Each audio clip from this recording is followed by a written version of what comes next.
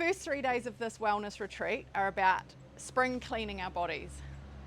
A wee bit of a detox, wee bit of a cleanse using nature's finest fruit and vegetables in their raw form, where they've got all their antioxidants and enzymes and vitamins and minerals and everything that's been perfectly created by God, universe, source, whatever you want to call it.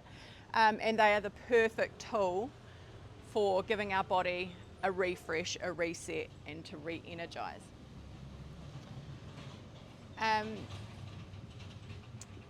Information here is what I've learned through various courses, personal experience, deep diving on all kinds of research, but be self-responsible. I always say this with my clients and everything. I'm like, you know, use your own guidance. You're an individual person, and see what works for you and what doesn't by being open and experimenting. So openness is what can facilitate change and bring more goodness into our lives, because if we can be open-minded and just dabble and trial and error and all that kind of thing, you're going to find the wins.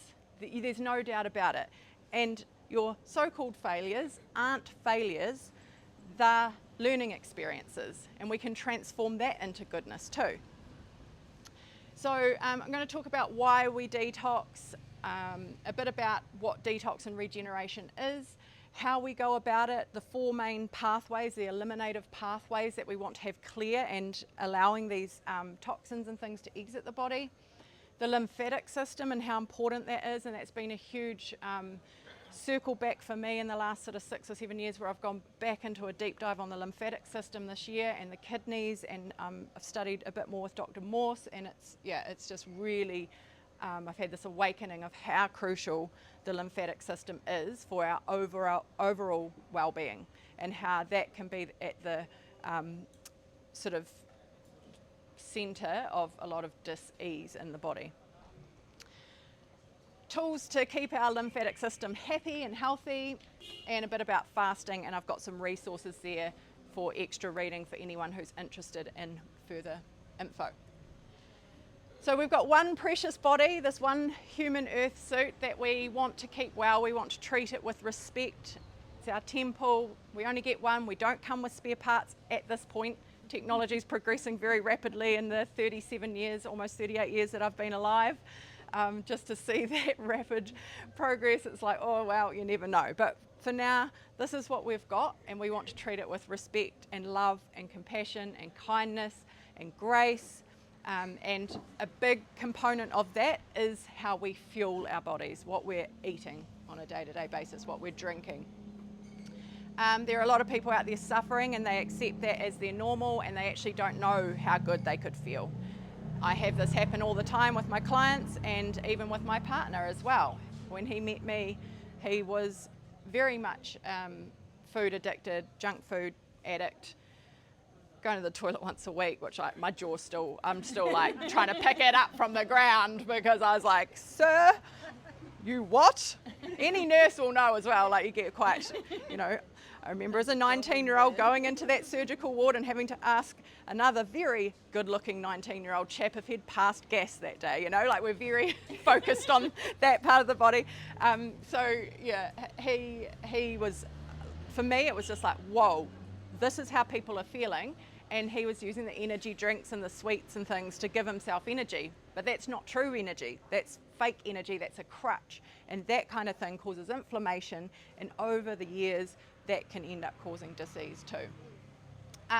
So allopathic medicine or conventional medicine is very much about treating from a perspective of using pharmaceuticals and dealing with symptoms. So as there are symptoms, there might be a medication for whatever's going on. That there's no deep dive into what could be causing it, what is the root cause there, and actually being regenerative and curative in the process. And often you'll probably know in your experience with your general practitioner, there's not much talked about as far as lifestyle. What are you eating? What are you drinking? How much sleep are you getting? What are your stress management tools? What's your exercise or your movement that you're enjoying?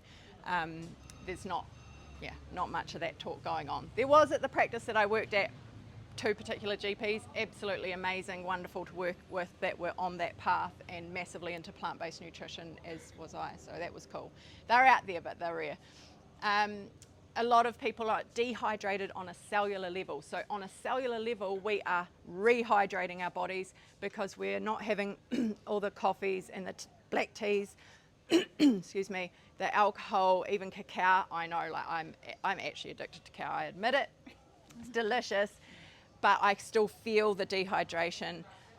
Even home cooked meals or raw versus going out to even a nice vegan restaurant, the oils, the salt, the sugar, all of that kind of thing is very dehydrating on a cellular level. And again, most people don't realize that they are that chronically dehydrated until they start getting into some juicing and some fruit and some smoothies and making them a big part of the lifestyle, especially making them a meal, at least 1 meal a day. Breakfast is a great place to start. We end up with like pathogenic microbes, parasites, fungi, bacteria and things that can wreak havoc on the body as well. So doing this kind of process rebalances the microbiome, especially in the gut, and helps them kind of die off and the good guys flourish. So it's really cool. It's a balancing act there.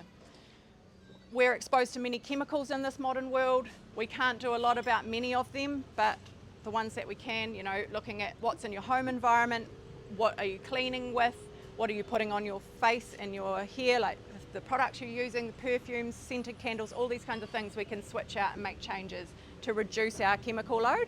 But in general, the world is quite a chemical laden place, and we just have to exist and accept, like he said this morning in our meditation, there's a lot that we should just be letting go of and accepting and doing the best we can with what we've got and what we know. And then for the rest, we just give ourselves grace, let it go. Trauma and stress, so big stresses, grief, loss, shocks to the body as well, really upset things. And it's just an effective and simple way that we can heal the body from all kinds of illnesses. And I have had success with all kinds of people with autoimmune disease, hormone imbalances, where the liver's quite burdened, you know, people with fatty liver, non-alcoholic fatty liver, all kinds of ailments can be fixed with the same process. It's actually very simple when you get behind it all and have the knowledge. It doesn't have to be complicated. You don't have to be going off and having a myriad of blood tests or microbiome poop samples taken or anything like that. It actually doesn't have to be that expensive and that complicated, as intricate as the human body is. So detox and regeneration of the body is not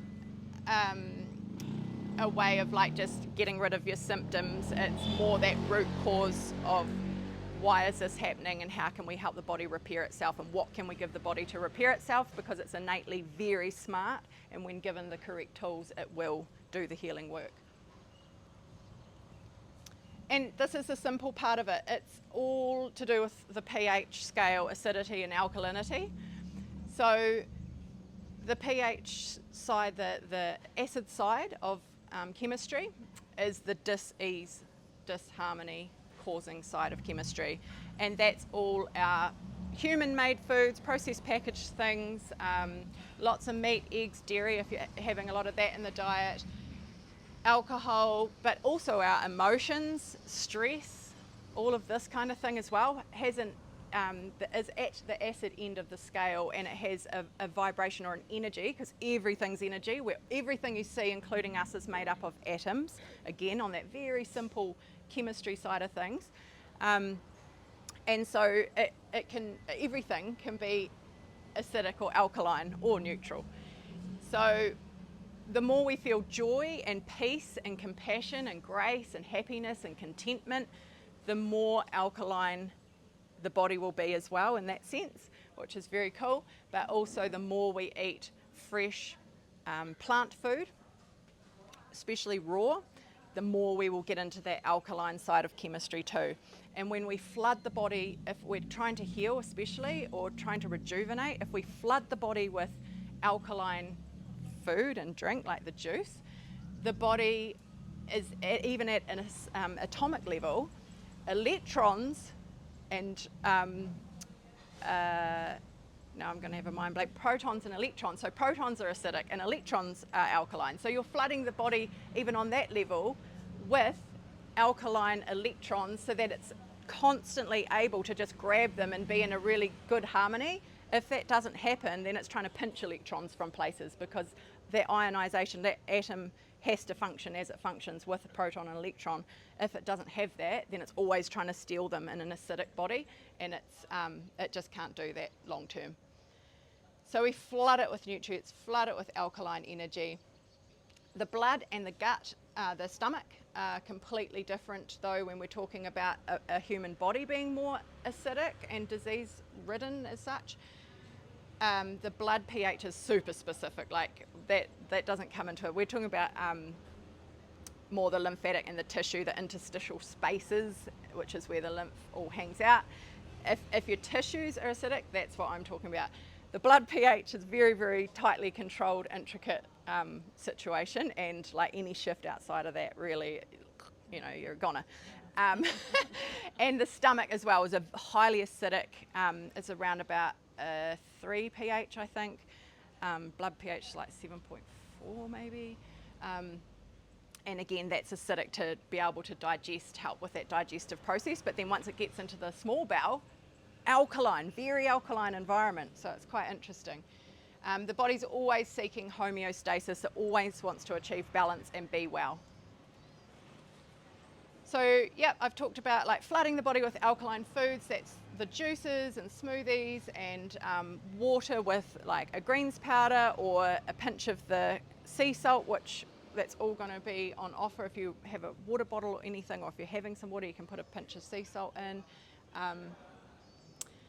The salad bowls, that kind of thing, fasting of all kinds, water fasting, dry fasting, which I don't recommend doing for any more than half a day. That's where you don't have any fluids or food, unless you have specific guidance. But a half day on that is quite good at kick-starting things if you're wanting to get your lymphatic system clearing and your kidneys clearing the cellular waste.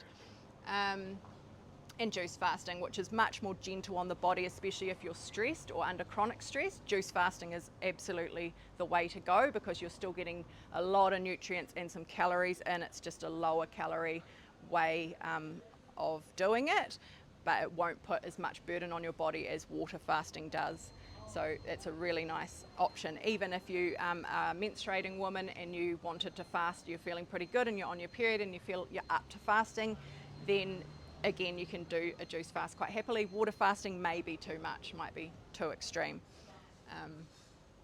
So yeah, for eliminative pathways, the lymphatic system, so all of these cells, so everything's cells as well, everything's atoms, everything's cells. These cells all poop. They all excrete their own waste. Every single cell, tiny little cell, billions of them. And that cellular waste is taken care of by the lymphatic system, and every cell has space around it, the interstitial space, and that's where that lymphatic system kind of dwells on that very minute level. And then other than that, we've got lymph nodes and lymph vessels, and this is our sewage system. The lymph nodes are like our toilets basically, and there are microbes there too to like cleanse and take care of things, but from that where the cellular waste gets taken care of by the lymphatic system, the kidneys need to be filtering to get that waste out as well. And a lot of people's kidneys aren't filtering, and mine weren't filtering until earlier this year either. I hadn't been looking after that side of things for myself for quite a while. So I've done a massive circle back this year. It's been unreal. From when I was healing myself after my daughter was born in 2018, where I really got leeway, like really took off and had the healing action going after trying Western price eating, paleo eating, all these kinds of other things. But once I went high raw, high fruit, plant-based, that's when everything excelled, and the healing happened in a rapid pace. 90% of my ailments, because I had spent 10 years with eczema from here to here on both hands, splits and cracks, as a registered nurse, having the infection control tell me you're not going to be able to be a nurse, like all kinds of, I'd super glue up the cracks, like it was dire, and I'd just want to scratch my skin off, and other funny things that happened after Charlotte was born. That's when I got into Dr. Morse and the alkaline, the raw, the juicing, the fasting, and that kind of thing to heal, and it worked so fantastically, and it works fantastically on repeat for my clients. So that's the lymphatic system, the cellular waste, and going out via the kidneys. And then we've got digestive waste, so what we consume for fuel, our food, our drink, goes out via the bowels, and we want them functioning really well. We want to be going 1 to 3 times a day, and a decent stool. If you're having a lot of juice or fruit or raw salads, then it will be a bit of a looser stool. If anyone's familiar with the Bristol stool chart, it'll be like more toward the loose side. Lots of stool talk. And then our skin sweating, which I can feel that activation happening here, which is great. But it could be having a hot bath, it could be jogging or exercising in some way that brings up that sweat, or you might be fortunate enough to access a sauna, that kind of thing, to allow the body to detox via the skin. So I've talked about the sewage system and just the lymphatic system. When it does get stagnant, that's when that sort of build up of acidic waste happens, and then the disharmony can happen. And because the lymphatic system and the lymph is everywhere in these interstitial spaces, which are everywhere where cells are all over, then it just happens as a systemic thing. It's a systemic backing up of the system there, and you'll often get a lot of mucus production too, because that's basically produced as an anti-inflammatory by the body. The body is trying to protect with the mucus. And the lymphatic system loves fruit, and if anything, keep it super simple and focus on diet. If you are wanting to help your lymphatic system out and cleanse the body, always just focus on diet first and foremost. You don't have to worry about another single thing if that's too much on your plate. You know, if you're like, oh, I should be tapping, should be meditating for an hour, should be, and it's like, actually just drip it right back and have a smoothie first thing in the morning. Start there, you know, and make it a meal, so enough that you're satiated. The Big Six, Dr. Perry Nicholson, the man, Stop Chasing Pain is his Instagram, and he's got an amazing YouTube channel. He gives away lots of free content, and this is, I'll just do a quick rundown through it, but this is getting the lymph nodes unblocked, basically, so they can really allow for drainage to happen. So it's above and below the collarbone on each side, and giving it a really good massage. I'm aware I've got this microphone on, but just really giving, I just kind of squeeze my trap there and give it a really good massage. I started off with another lady's technique, but it wasn't enough. It wasn't sort of vigorous enough, didn't notice the results. And then, below the collarbone, and you can tap as well.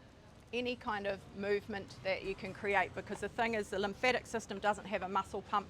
Our circulation, the circulatory system, our blood vessels, we have a muscle pump for, the arterial system anyway, and that's the heart, and it does its thing. The lymphatic system does not. We have to move our bodies, and we have to help it out with massage. The next point is just like at this process of the jaw, below the ears, you can even just, you know, do quite a larger area on that top of the neck, on the jaw. And then I'm not going to go under my armpits because I'm a wee bit sweaty, but like under the arms, massaging well under the arms with your hand cupped like that. And I go a few steps further because I want to really love my breasts and look after my breasts. And so I massage up in the pec, and I massage all around here in this tissue because I feel like I get quite congested around here. And then I'll give my breasts a massage too, or a little jiggle. Diaphragm. It's kind of like a J action, in and up, all around in this top area. Lots of lymphatic action here in the diaphragm. The groin, again, you could just tap here or give it a massage, and then finally behind the knees, giving that area a rub, and that helps the drainage so much. And oh my gosh, you'll notice even in your face and around your collarbones. I had no collarbones at the start of this year, and they're coming back. So doing that, even if you could count to 10, doing 10 of these, I'm doing 10 of these, I'm doing 10 on each spot, just anything is good. And that's what Perry Nicholson will say, yes, How long should I do it? Yes. How often should I do it? Yes. Like just doing it.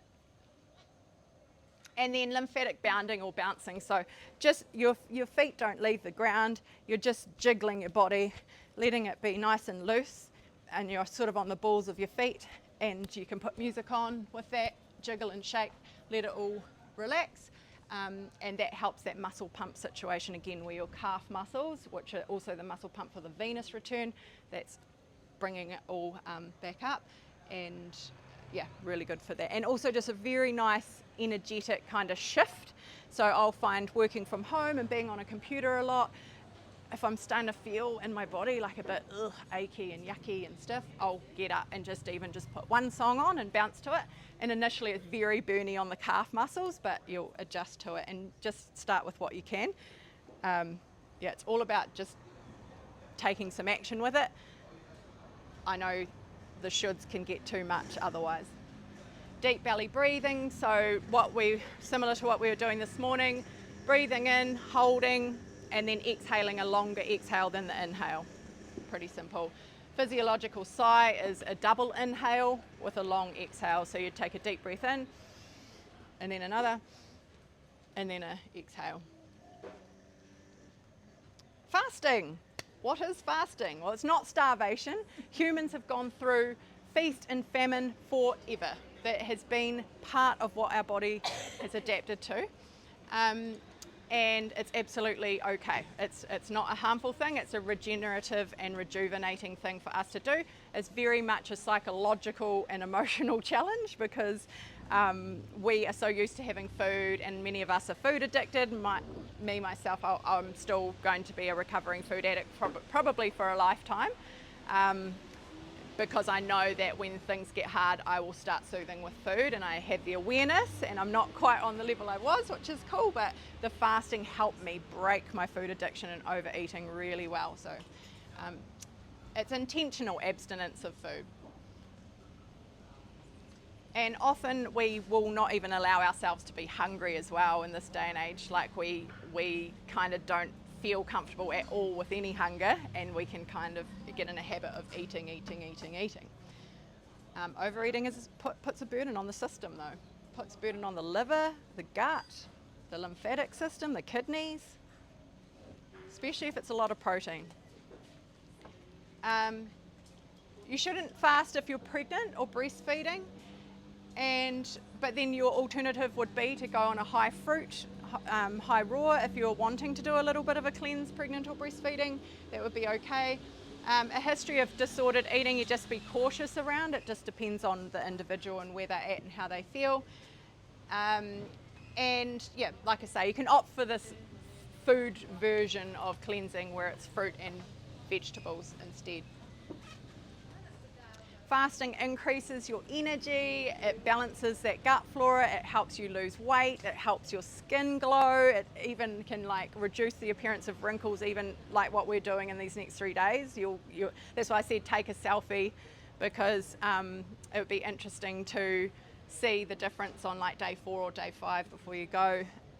What happens with your face, especially if we're practicing this lymphatic massage and the bounding, because the drainage will happen in your face and it'll be less puffiness around the eyes, and usually brighter, and your skin colour can change as well. You can get more vibrancy and colour in the skin.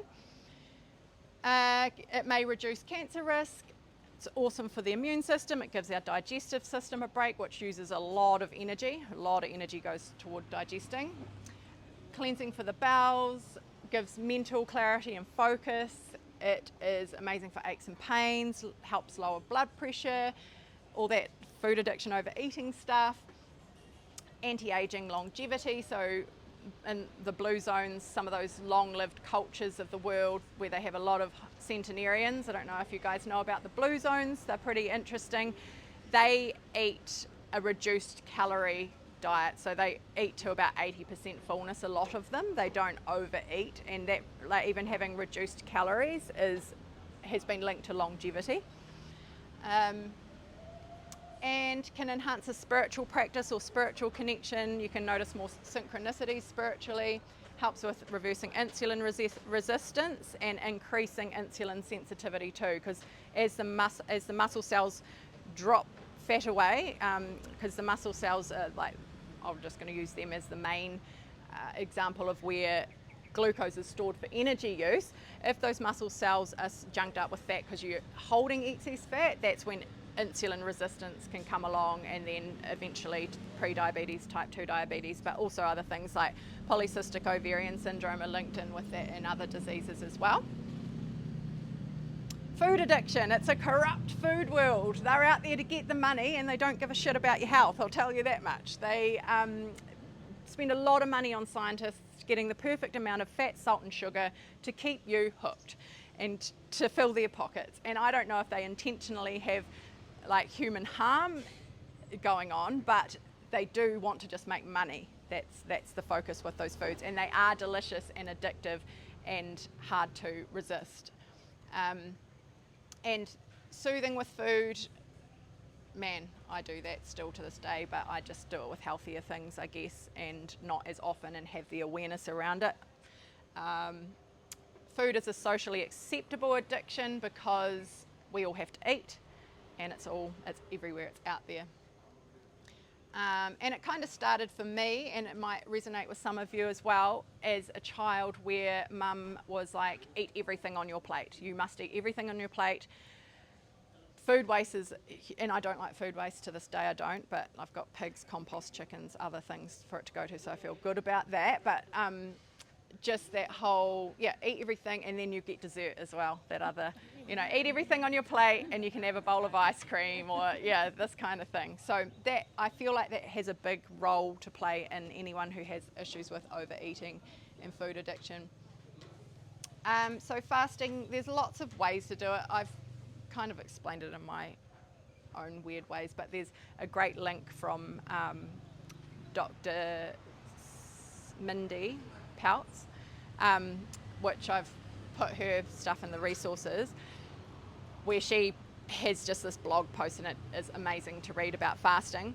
But there's ways, you can do water with some electrolyte, or you might do water with herbal teas, or you might do juices with mushrooms and greens and lemon ginger honey drinks, or there's just like lots of different ways to go about it. Intermittent fasting, where you're not having anything till lunchtime, or you might juice fast till lunchtime, whatever works for you. But there's like so many different ways to do it. And again, if you don't want to fast at all on water or juice or herbal teas or anything like that, you can do fruit. Like I did 20 days on fruit in May, and that really kick-started my kidneys. It was amazing for getting the kidneys going. So when summer comes and the fruit is abundant and delicious and you can just go hard on it, that's a really good time to get stuck into something like that. I personally really like a 36-hour fast on either water or juice most weeks. That's a really good rhythm to get into.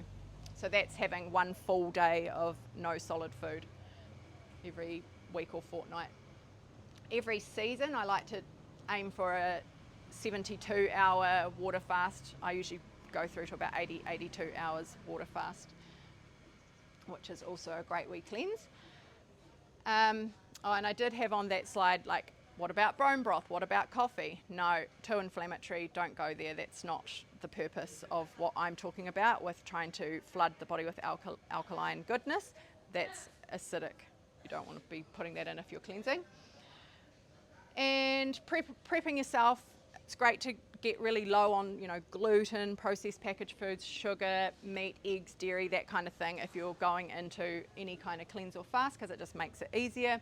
Focusing your diet on fresh fruit, vegetables, whole grains, legumes, beans, all of that whole food kind of plant-based food for kind of a week before going into a cleanse is gold standard, but you're still all good to just, I get stuck in, and I could have gone out for dinner and had a burger at East Street or something, and then I might the next day actually just really feel like a fast, and it's a good reset. It's such a cool tool to have when you may have overindulged as well.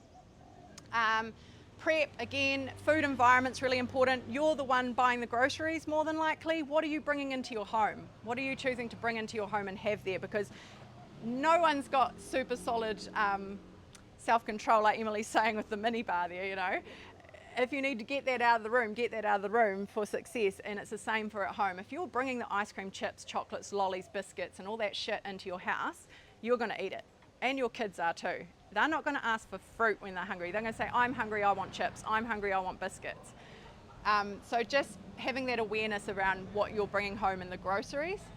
And if you want like a shopping list at all, let me know. And removing the temptation. If it's not there, you can't access it. And when it's family dinner time, if you are doing a fast, make it really easy, or have leftovers or something like that. Sometimes I've given my kids baked beans on toast or baked bean toasties or something like that to help me to be able to get through the fast. Or someone else can cook. Or the family might join you and have a salad bowl as well if you're doing like a more raw food kind of cleanse. And if you are a menstruating woman, ideally between day 4 and day 19, but I know some people really love even doing a fast on their bleed because it's a shedding. So like there's an exiting of the womb lining, and then also they feel like it pairs well to have a juice fast with that. Outside of that time, just do the raw. And I think also you might, even in those days 4 to 19, you might just feel like you've had really shit sleeps and just not up to it. It doesn't matter, like you've got to take other factors into play as well. Choose days when you start out that you don't have lots on, not a heap of places to be and all of that. You need to be able to chill out and rest. You might get headaches and that kind of thing also, so it's nice to be able to go and lie down if you can when you start off, say, with a practice of a 36-hour fast most weeks. And yeah, I've talked about all of that there. Oh, fasting failures, so normal. I'll get to lunchtime sometimes and I'm like, this is not a fast day, bail on it. Big deal, try again another day. Fasting failure is a part of it. So water only fasting in particular is super effective at regenerating. 3 to 18 hours after your last meal is when you will start to have a drop in insulin. Your glycogen from the liver will start to be thrown out to be used up as well. This is why I say about if you've got a lot of stress on, water fasting might not be for you, because your stress hormones can increase at that time as well. And then you get into that 18 to 48 hour post food, and you're getting into fat burning, ketosis, and then autophagy as well, which is cell cleanup, proteins, anything that's junky in the body. Your body will start actually cleaning all that out. So that does happen on juice fasting as well, but not to the extent that it will on a water fast. And then after 48 hours, you're really into a ketosis state. You're really starting to get proteins broken down and the fat broken down for fuel, because you're not putting glucose. So the body loves to be fueled on glucose from carbohydrates, but you're not putting that in anymore. So it's actually using what's there and switches over to fat burning and amino acids. Autophagy is self-eating. 24 to 48 hours post-juice fast, it will kick in, and it's acute caloric restriction that makes it activated. And like I say, just cleans out the junk. It's really good, slows the aging process, wonderful for longevity and healing, regenerating. On a juice fast, I include juice and coconut water, goddess greens, herbal teas, the mushroom teas, honey, lemon, ginger kind of drinks, all of that, and you drink to satiation. So you want to be, you want to feel kind of full by it. Sometimes I'll just drink, call it a bolus dose, it's very nursey, but like scull a big amount of liquid if I'm quite hungry, and that can sort that out. First day is kind of the hardest day to adjust, your body adjusting to the liquids as fuel. Second day I usually find much easier, and third day as well, like pretty good. That's why I went almost 6 days the last time. I was like, oh, I'll do 3 days, and then ended up almost at 6 because it was quite easy. Sleep can be worse or it can be better. It's nice to go to bed early and rest a lot when you're fasting, and that's why we're doing it here in an environment where it's fully supportive. We're not doing all the hard work of the juicing, and we can just do what we want to do. I like to go to bed early at home, and I like to have an Epsom salt bath first with some oils, get off to bed. You can feel the cold, so again, that's why we're doing it here, so that we're warm to the core and we're not going to be feeling like putting on big thick woolly socks and jerseys and layers and drinking ginger tea and having hot showers and baths and things. It won't be so needed. Headaches are really common. Electrolytes are important. All the fruit and vegetables have electrolytes in them naturally anyway, but if you want to add in the sea salt that has over 70 minerals, then that really helps with cellular hydration too. Turmeric and ginger tea, natural anti-inflammatories.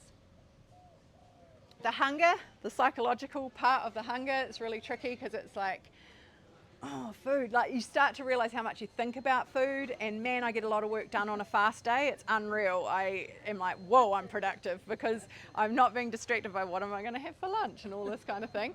And I just tell myself, I can eat tomorrow. It's okay. I can eat tomorrow. You know, the food is right there. It's not going anywhere. I'm blessed. I'm grateful because I have it all here. You know, think about people around the world that are hungry all the time as their daily life. It's nothing to choose to quit food for a day. Like I say, big drink in one sitting, and some fasts you'll just feel hungrier than others. They'll just be harder than others. What you tell yourself really matters. Tools to ground and bring yourself into the present moment are really useful. So tapping, which I love, the emotional freedom technique, which we can do some of that. Havening, where it's just literally rubbing your arms like this. It can help bring yourself into the present moment, and I just love that. I can eat tomorrow. But any tools that help you feel more grounded and less stressed that work for you help a lot as well. Ask your family for grace and support if you've got family around and they, you know, with what they bring into the home as far as their food choices and things. You can say, I'm going to fast on this day, can you help me out? And be supportive.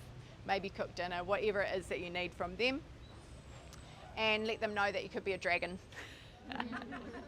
Beware the dragon. But yeah, just that heads up that you could be irritable, short-fused. It's nice to let them know before it happens. Don't want the snap factor happening after, you know. And it just gets better with time, I find. Again, talked about cooking for others, baked beans on toast.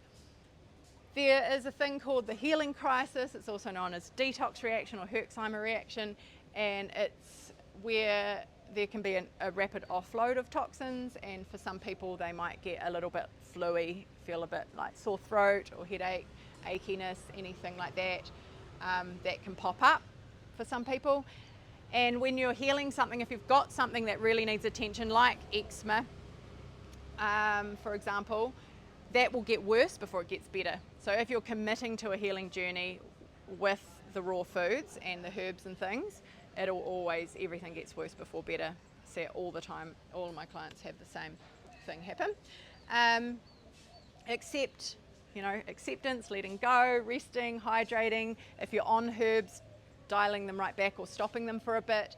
Using bentonite clay and some water as a binder down the hatch, not pleasant, but it does help mop that up and help excrete easier, more effectively. Charcoal as well. Charcoal capsules can help with that process and helping clear out the toxins more effectively. Epsom salt baths, and then eating solid foods. So if you're here and you're on the juice and you start feeling quite yucky, you could go to smoothie bowls or a fruit bowl or some kind of solid food, and that will slow things down, especially things like steamed vegetables or roasted vegetables can really slow things down as well. Cooked food. Exercise, things like walking, yoga, tai chi, qigong, just really gentle movement, stretching, that kind of thing. We don't want to be pushing ourselves doing anything strenuous. It's really nice to just go for a walk or stretch. Breaking your fast, really important, really difficult. I've done many terrible fast breaks, oh my gosh. So you want to break your fast with a smoothie or a fruit bowl to begin with, and ideally continue that for that day, or have a salad at night, and then the next day just again keep with the fruit in the morning, and then you can transition back to whatever diet you want to eat. When I talk about a cleansing, detoxifying, regenerating way of eating, it's usually something you'd adhere to for 3 to 6 months because you're on a mission to get some shit cleaned out and healed. It's not typically a lifestyle, although some people will continue to be very, very strict with what they eat and do like a raw vegan lifestyle. I personally like a lot of raw food, and I like to eat plant-based because it keeps me well and it's what healed me in the first place. So I like to stick with what I know, but I will have cooked foods and I will go out and have the vegan burger or whatever on occasion. And so it's about finding that balance for yourself. If you're reintroducing eggs and meat and dairy, thinking about how often you're having it, and if you can keep that low and the plant food high and the fruit high, then that's going to be a great balance to keep that homeostasis and stay well after the cleansing period. Yeah, just drinking plenty, keeping to the plants for a few days at least, and you'll get fuller quicker. And I say take advantage of that, because especially if you're someone who's overeaten, it's quite good to just try and keep your quantities eaten less as you go on, and not get back into bad habits. And very much so if you're wanting to lose weight, use that stomach shrinking, I don't know if that's actually what happens, but that lesser hunger to aid you in your weight loss journey by just having less calories overall. I've got a list of herbs that I love here, but you guys can have a look. If I could just email everyone a copy, and then you can just see like the different herbs that you could go on and have a wee research and see what might work for you to add in, because they are super effective adding them in with the diet. Diet's number one, but the herbs definitely can fast track some things, and they're mostly very gentle. Poke root's the only one that you'd want to be super cautious with, because it's very, very potent. Every time I take poke root in a small amount, my lymph nodes will swell and get sore. So there's a very much an astringing process happening there. And you just need a whole heap of trust and faith in yourself and the process and in the plants. And if you can do that, then that's where you're going to end up with your results and achieving your goals for your health.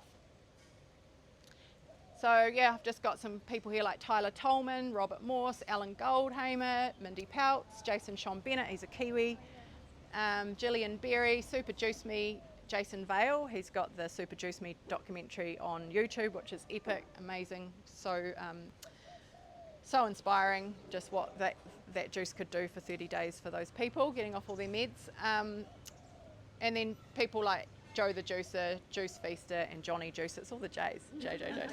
All these fellas that I quite like to follow that are super inspiring on their juice journeys for many years. Anyway, that was a lot of information, and I tried to keep it like very simple to not overwhelm, but it's good, I think, also if you have the slides you can read through it. Do you have any questions now, or otherwise you can always, if things pop into your head, you can let me know as well. But has anyone got questions now? With the lymph areas, do Yep. you do it in a certain order? Yes. Go back up, or do you No, so you could go back to these ones because this is the main drainage area. But if you can go through in that sequence, yeah, really, really good to do these ones. Yeah, there's a video as well on YouTube from Dr. Perry, and he's pinned a post on his Instagram, and it just goes through all those points so that you can get it into a practice and get it in your head. But yeah, it is a sequence. Any other questions?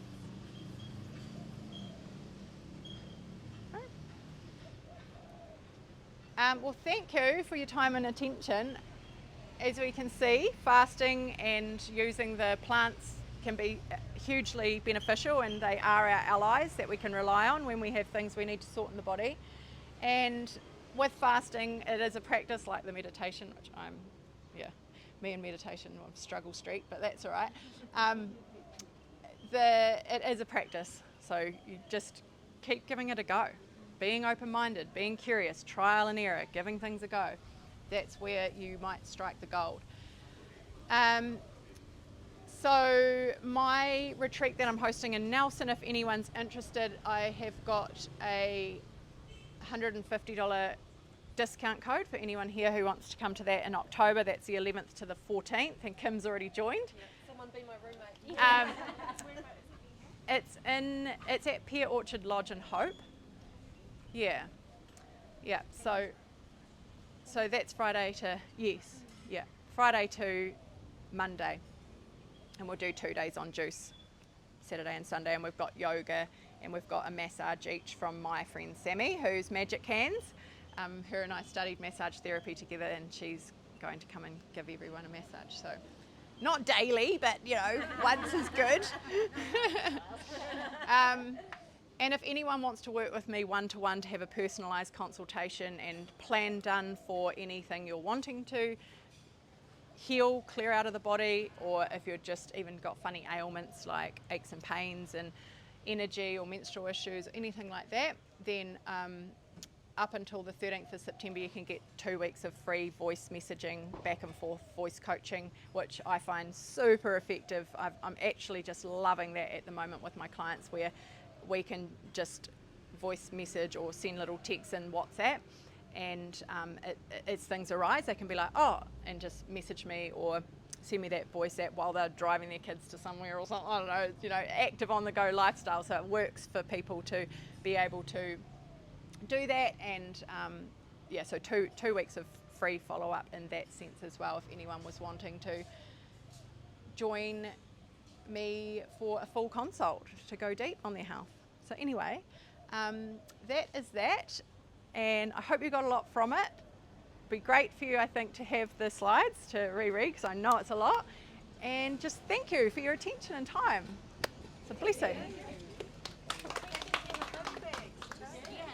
Yeah. Yep, goodie bags. Everybody happy with their goodie bags?